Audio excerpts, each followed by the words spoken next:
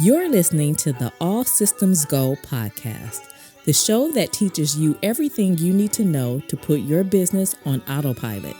Learn how to deploy automated marketing and sales systems in your business the right way with your host, the professor of automation himself and founder of Automation Bridge, Chris Davis.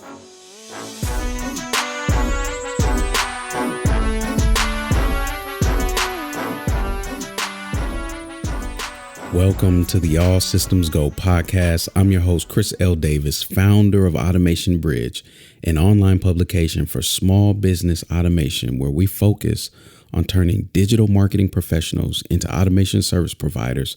And in this episode, I want to get on my soapbox a bit, okay? And this is at the risk of sounding a little whiny with this topic, but it's one that's been driving me crazy, more so lately than ever. And I believe I just believe as an industry, we have to get past this. If you're new to the podcast, okay, make sure you subscribe and share after you listen to this episode. And just know this may be a little, I don't know, we'll see how it goes. But I feel so strongly about this, and I'm so tired of seeing this. But at the same time, I believe this can be classified as very techie. All right. So I just wanted to warn my first time listeners there. But again, I, as an industry, I think this should be the norm. What I'm speaking on today. All right. So again, if you're new to the podcast, make sure you listen to this in its entirety. If you are not new and you have not left a 5-star rating and review, please do so. Post haste. There's one from Go Gators 12. And they left a 5-star rating and review that says, a gold mine of marketing knowledge. Chris is amazing. I learn something new from him every time. I love the way Chris communicates marketing system building. He's someone that I trust to bring the latest and greatest when it comes to building a successful online business. I highly recommend this podcast to anyone looking to create effective marketing systems. Thank you, Go Gators 12, for that 5-star rating and review. I look forward to more 5-star rating and reviews that you all leave, and I will make sure that I shout you out when I can. Let me be honest real quick. I read these, I randomly pick them, and that has come back to bite me because I can't remember which ones I read and which ones I didn't. So there's so many of them. I feel like I've read them all personally, but I can't remember the ones that I mentioned on the podcast. So my apologies if I have overlooked your 5-star rating and review. Just know I have read it personally, and thank you, because it helps get the word out that we are the podcast for small business marketing and sales automation to listen to learn how to navigate this new space effectively, especially if you want a career. If you want a career in the space. So you can find the All Systems Go podcast in all main podcasting outlets, including Apple Podcasts, Google Podcasts. We're even on YouTube. So you can subscribe and listen to wherever you get your podcasts. They are there, but we just ask that you continue to get the word out, share it, and leave a 5-star rating and review. All right. So let me just come out the gate and say this one. There's no buildup. I'm going straight for the jugular. Stop. Okay. Just stop it. Stop asking for information you don't need or will not use in your marketing and sales process. Okay. It's ridiculous. It makes you look like a novice, and it's a huge inconvenience for your customers. All right. Your prospects, leads, whatever, anybody engaging with your business. What do I mean? All right, let me ask you this. Have you ever filled out a form online for a consultation only to be asked to provide that same information when you arrive at the facility or business? Have you ever opted into someone's marketing and they repeatedly ask for your name and email or other information that they've already captured as you progress through their funnel? I have a company, I won't share their name because I respect the CEO too much that has committed this sin religiously. And I was offended for them. I really was. And I'll expound on this later. But this madness, it has to stop. Okay. I mentioned this in various podcasts when I talk about segmentation, and I say you should only capture information that's necessary for you to personalize the marketing journey. That's it. That is it. That same information that you capture, you should be using. Okay. So what I'm saying is a person, this is the industry standard. Can we all agree? Can we raise the standard, everybody? A person should never have to resubmit information that has already been captured. They can't, they should not. Okay. And unless, no, I can't think. I was trying to give it out. I cannot think. If you ask for the information, use it. That's why I entitled this Pre-Population Please, because I'm on my soapbox, but this is more of a plead. All right. Because this is happening oftentimes than it's not. And because it's happening so frequently, I need to highlight what's the cause of this and how to fix it. OK, so this is my plea to you for the industry. Can we please raise the bar of how we're handling, using and displaying information that we're capturing? All right. This is not a new subject matter, but given today's the collective acumen around technology, this has reared its ugly head. All right. So let me start off and let me just define what pre-population is. OK, because some of you may not know. It's the activity of filling in a custom field or any form of data with information previously collected. But for the most part, it's going to be a custom field. OK, so what does that look like? I've captured your name. So if I ask you to fill out another form, that name field already has your name in it. It's already there because I have it. Right. That's what pre-population is. I've populated the field before you've even had a chance to. OK, this saves the user from having to act repetitively throughout the customer journey, because it does get frustrating. Some people don't mind it yet, I say. But depending on your market, you may be irritating a whole lot of folk. OK, the main benefit, however, is to reduce human error. And secondary behind that is to keep your data consistent. And this is what I haven't heard many folks speak on this. So I will. This is the driving force, one of my driving forces to why I am pushing pre-population on you. And remember, anytime someone has to enter something manually, you run the risk of human error. OK, it's the fingerprint. Anytime there's a fingerprint left, that's a sign that something could have been done wrong. OK, and since a lot of automation software requires data consistency to really, be accurate in its execution, something as small as a typo can have huge impacts. Right. Because a typo can be the difference between one contact record and two. For instance, you've got name and email. You asked it before, right? You didn't pre-populate. You asked name and email again. This time they entered their email address. They misspell it. That is now a separate contact record in your marketing platform than the beginning. Now their customer journey is split and your data is not consistent.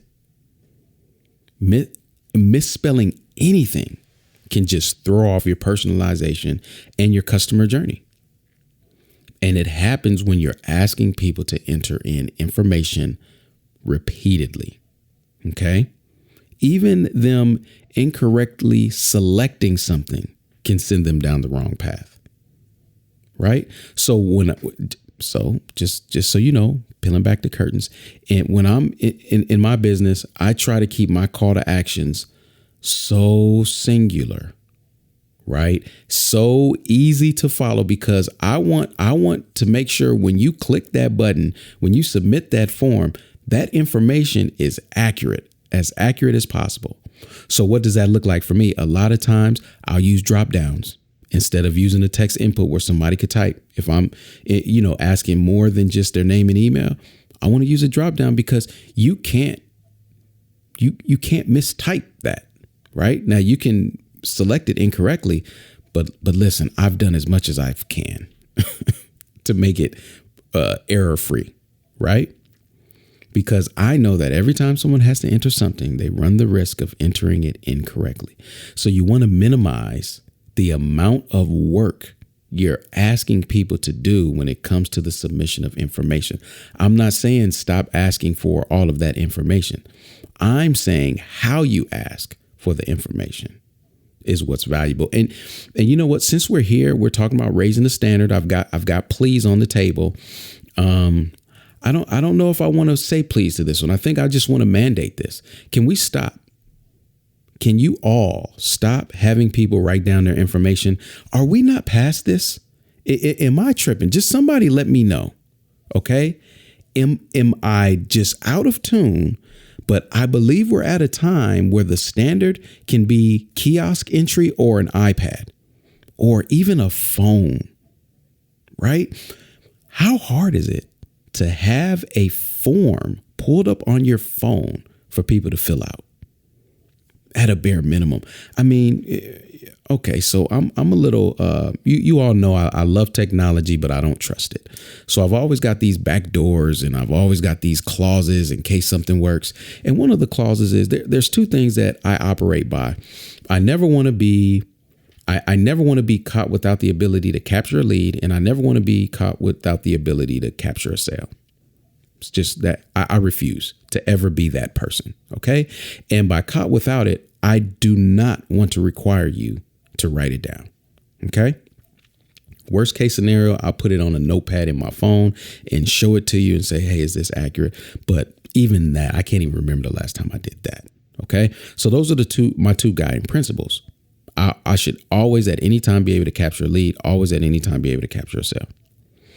OK, so what I do is I have forms that I can access, automationbridge.com/ whatever name that I remember, that I can go to it on my phone and it just pulls up the form, and I can give my phone to them and say, hey, just enter your information there and I'll send you an email.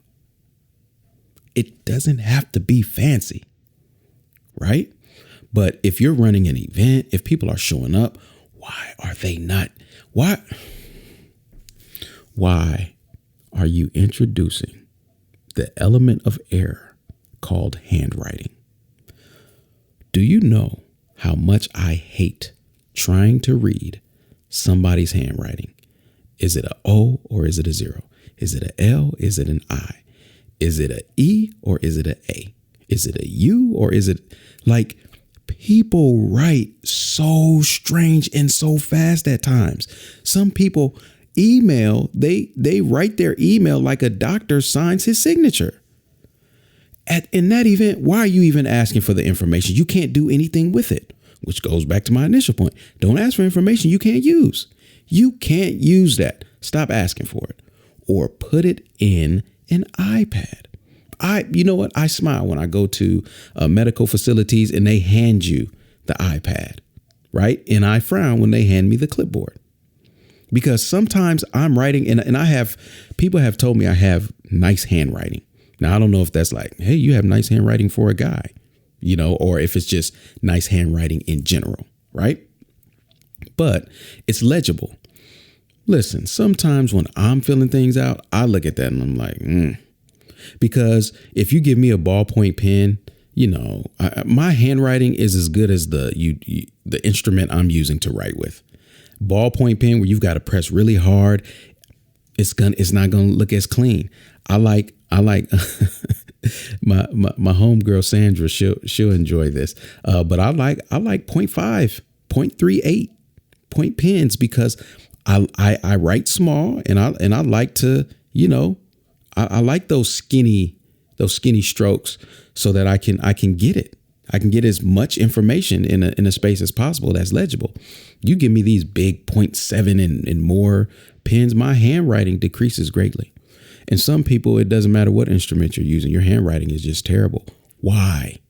Why would I do that? Why would I let you write down? Why would I risk losing you as a lead? That's really the question that we should be asking.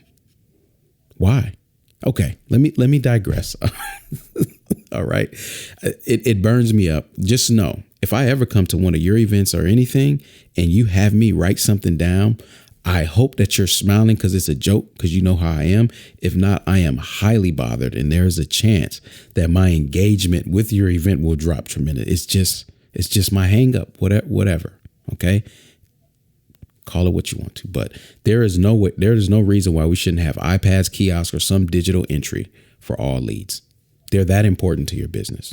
All right. But again, digress. So how do you do pre-population correctly? Right. We talked about what it is. And I told you it should be the standard. And the reason why it's a standard is because it should be a standard is because there's so many benefits to it. So let's talk about it. All right. How you do pre-population correctly is it's twofold. You have the logged out experience, which is the most common. Right. And then the logged in experience, which is the most straightforward. All right. So let's start with the logged out experience. This means you may or may not know who is visiting or submitting their information.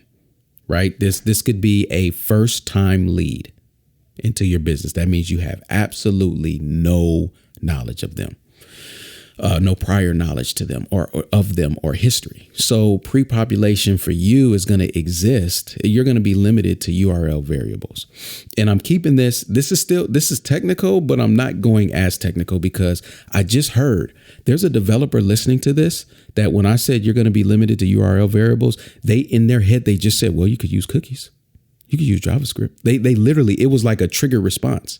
Because that's how they're wired. Developers are like, no, you're not limited to URLs. You could do this. You could do that. No.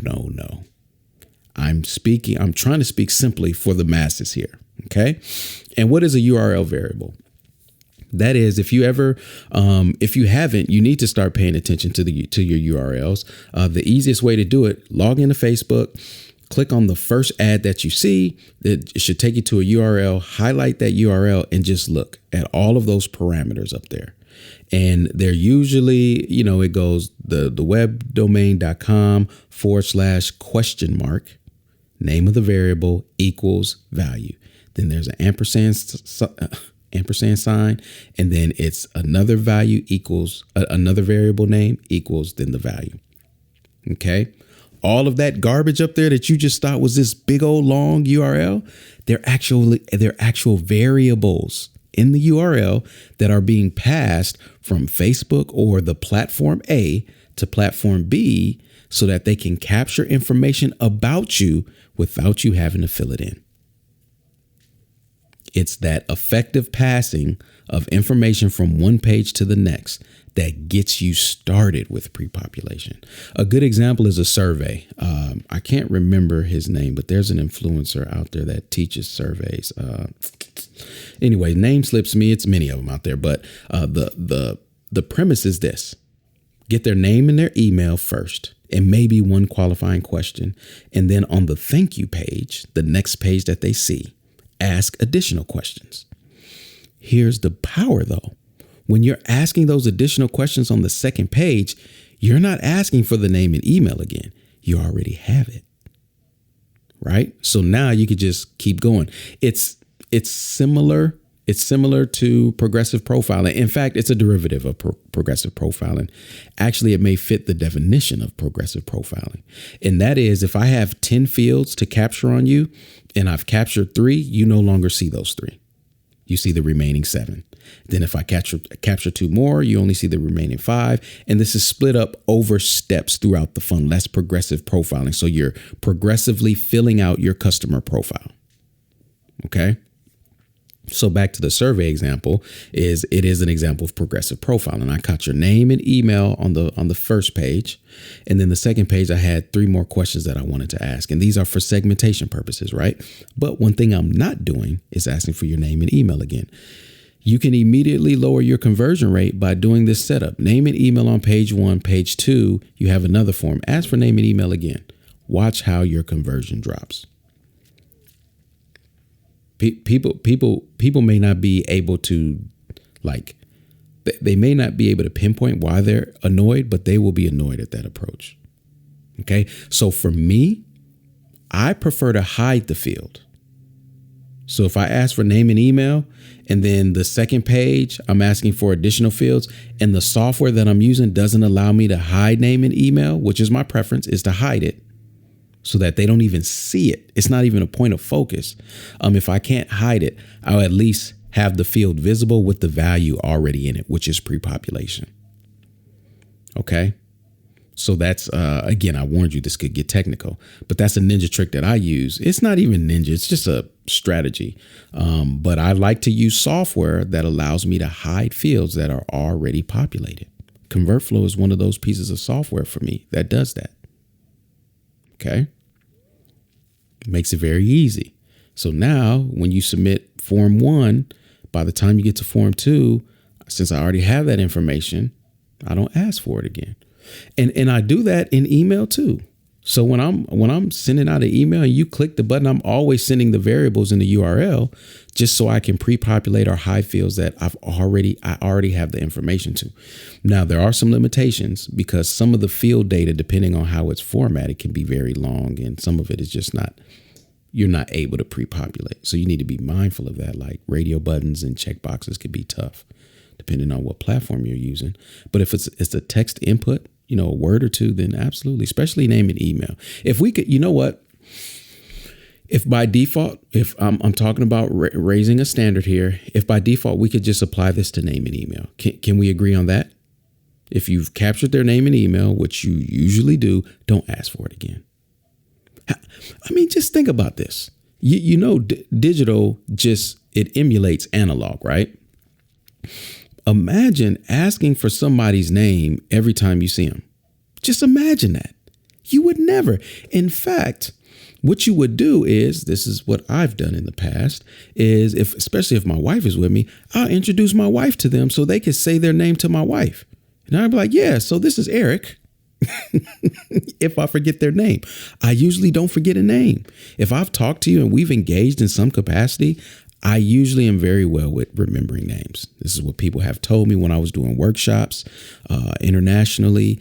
I would remember almost the entire room's names.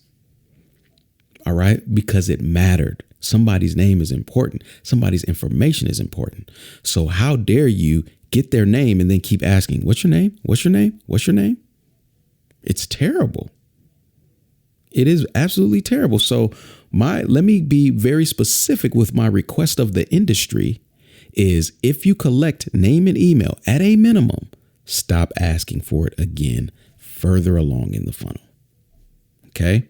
Now, there are some times where you can't do it, right? Like sometimes your payment processor, that sales page or checkout page doesn't allow you to do it. Sometimes that scheduler may not allow you to do it.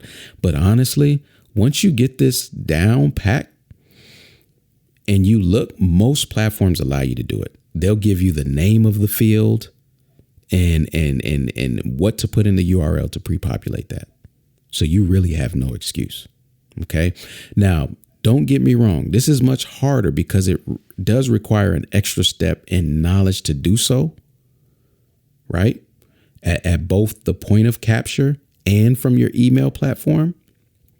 So if you're not doing this well yet, it's understandable, but this is a great opportunity for growth.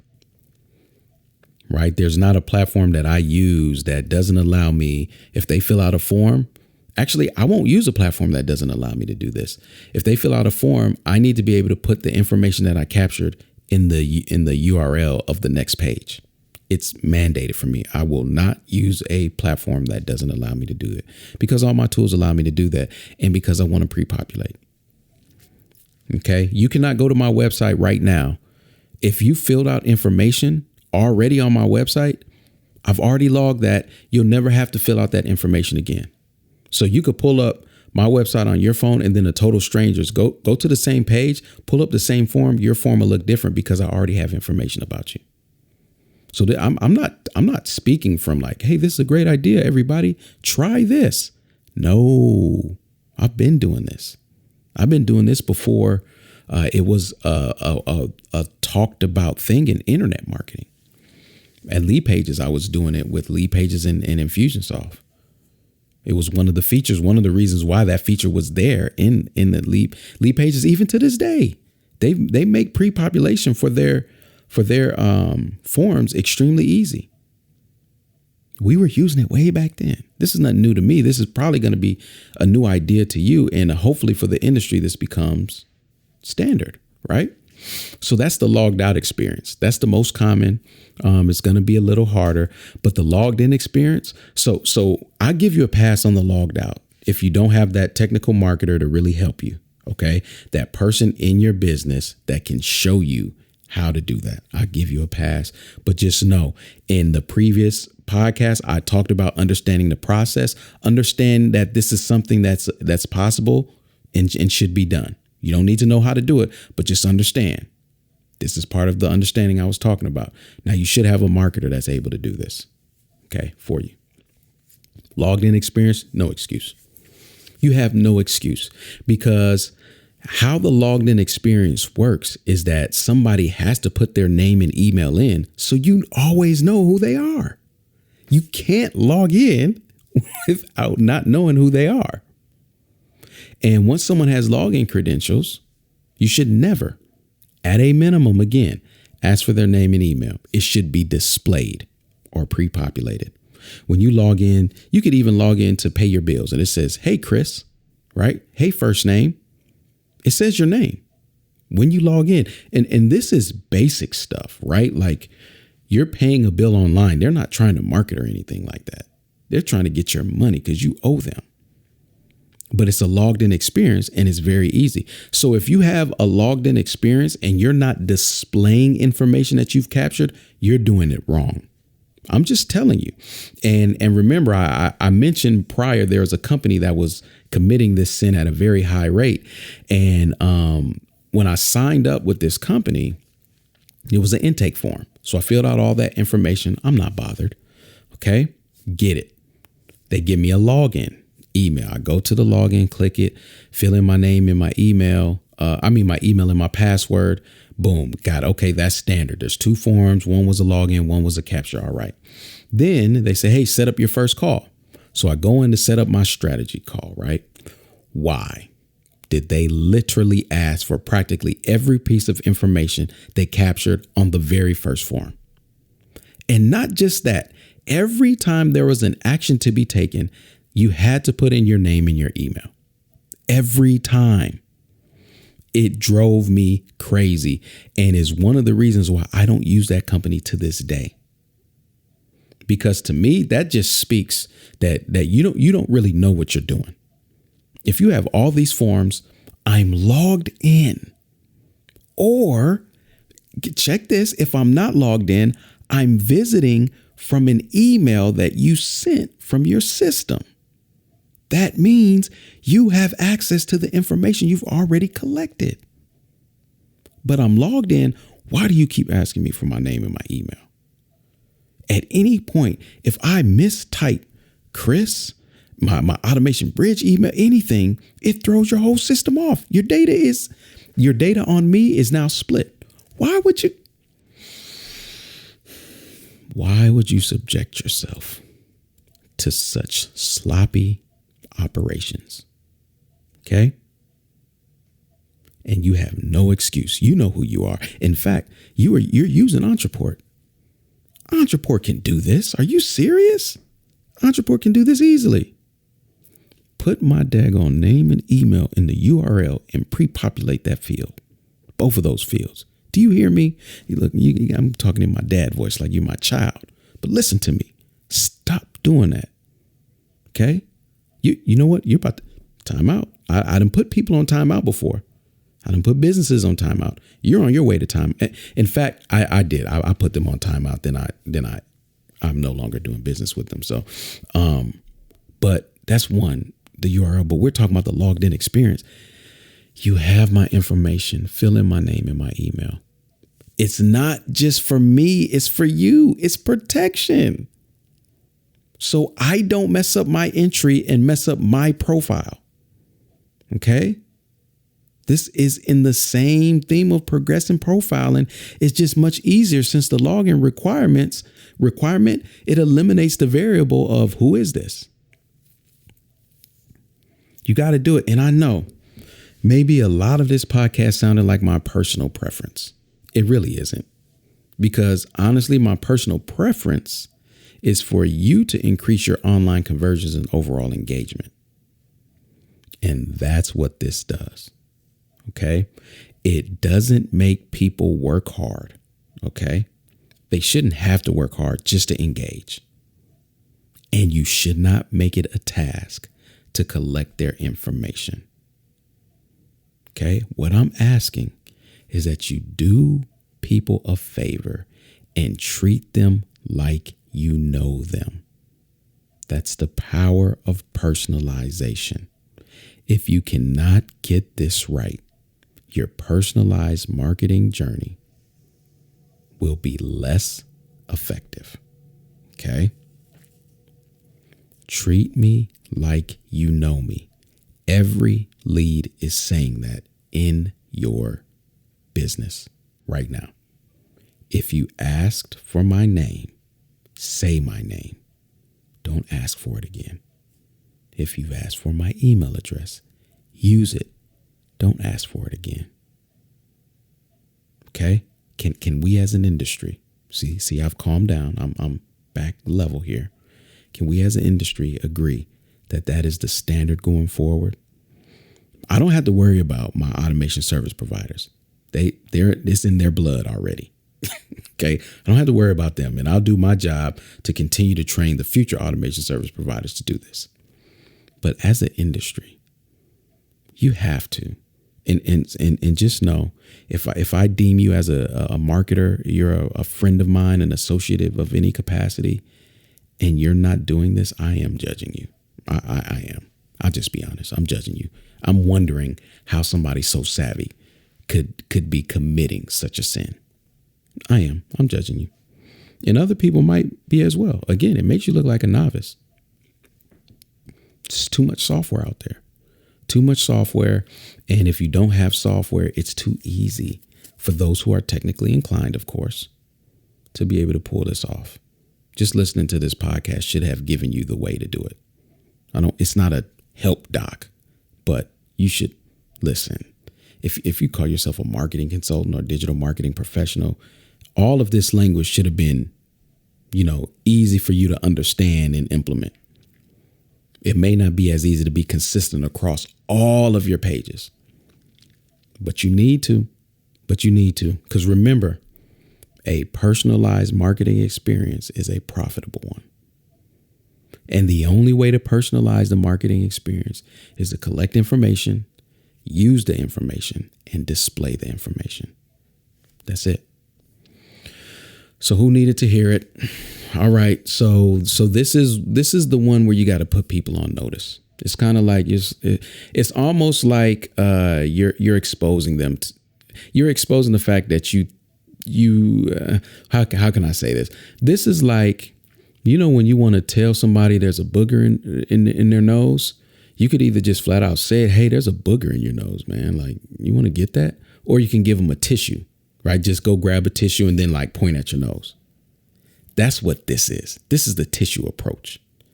This is that person that is not doing any form of pre-population, claim themselves to be a marketer, always talk about what they know and what they're doing in their funnels, this and that. And they're not at a minimum pre-populating fields. This is the tissue that you give them. You say, hey, I found something that I think you should listen to. Listen to this. Tell me what you think. They'll listen to it, especially at this point. So if you've been referred to this podcast, this was a tissue, and you really need to do what has been outlined on this podcast. Okay? Wipe your nose. Get that booger out of there. That digital that digital booger. Get it out your funnel. All right. So who's the person that you need to give this tissue to today? They need to clean this up. They really do. You've got to make it easier. Your conversions will thank you. Your leads will thank you. Use the information you're collecting. All right. So if you found value in today's episode, please share it. Please share it. And when you do, make sure you subscribe, because if you made it this far, you've listened to the entire episode. So this is where you subscribe and leave a 5-star rating and review in iTunes for me. All right. Thank you in advance for that. Here at Automation Bridge, we're dedicated to training digital marketing professionals to become automation service providers. We've got community. We've got programs. We've got curriculum. We've got courses, because small businesses, they're in need of marketers with this ability, the ability to take marketing processes, match it with technology, and deploy automated systems for rapid growth. They need that. If that is you, if you want to be the type of marketer that pre-populates, you want to be the type of marketer that knows how to extract process, then match it with technology, and you enjoy implementing it, and you're good at it. You pay attention to detail, right? If that's you, if when you're listening to this podcast, it just excites you, you're like, man, I could do that for a living.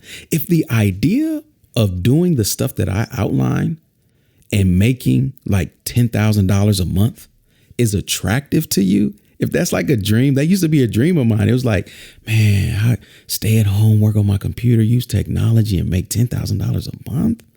If that gets you going, that's a good sign that you may just naturally, you may be a natural automation service provider. You just need to be connected with the right resource, community, training, curriculum, programs, whatever.